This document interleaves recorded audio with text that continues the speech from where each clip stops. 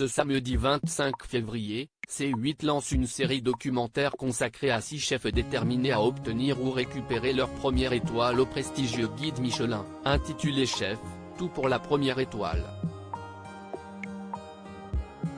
Sacrifice, doute, créativité et exigence sont au menu de ces 3 épisodes, auxquels participent plusieurs anciens candidats de Top Chef. C8 surfe sur la vague culinaire qui égaye la télévision depuis quelques années.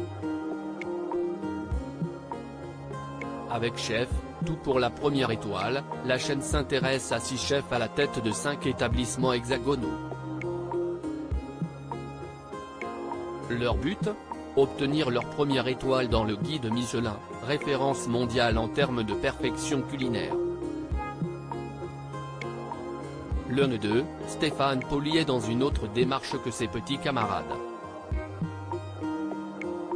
Détenteur d'une étoile durant 6 ans, il l'a perdue en 2021. Déterminé, il souhaite séduire à nouveau les juges du guide rouge. Chef, tout pour la première étoile, l'émission de C8 suit les chefs en quête du Graal pour les autres chefs, si est-il la quête d'une toute première étoile qui guide leur travail. Camille et Soufiane, en couple, travaillent ensemble dans le sud-ouest.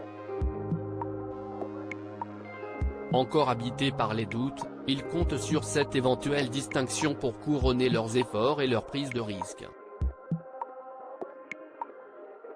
Plus au nord, à Vannes, Sophie Régnier est une autodidacte.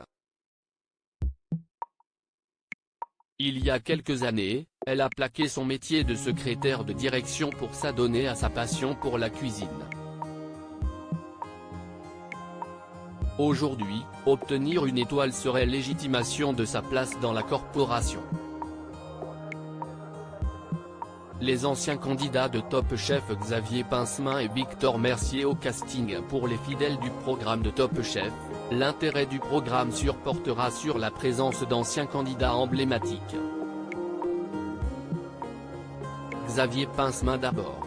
Lors de la 7e saison du concours, il avait gagné la finale, grâce notamment, à la précision de ses assiettes.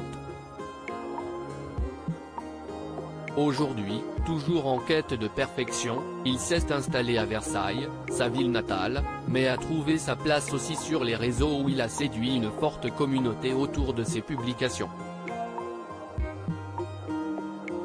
À Paris, c'est dans son restaurant que l'émission rejoint Victor Mercier. Cet ancien finaliste de la saison 9 a fait du chemin et a affiné ses choix. Aujourd'hui, il mise sur une cuisine éco-responsable à base de produits issus des productions hexagonales. Tous deux veulent tout faire pour entrer dans le club très fermé des toqués étoilés. Une quête difficile mais à la hauteur de leurs propres exigences.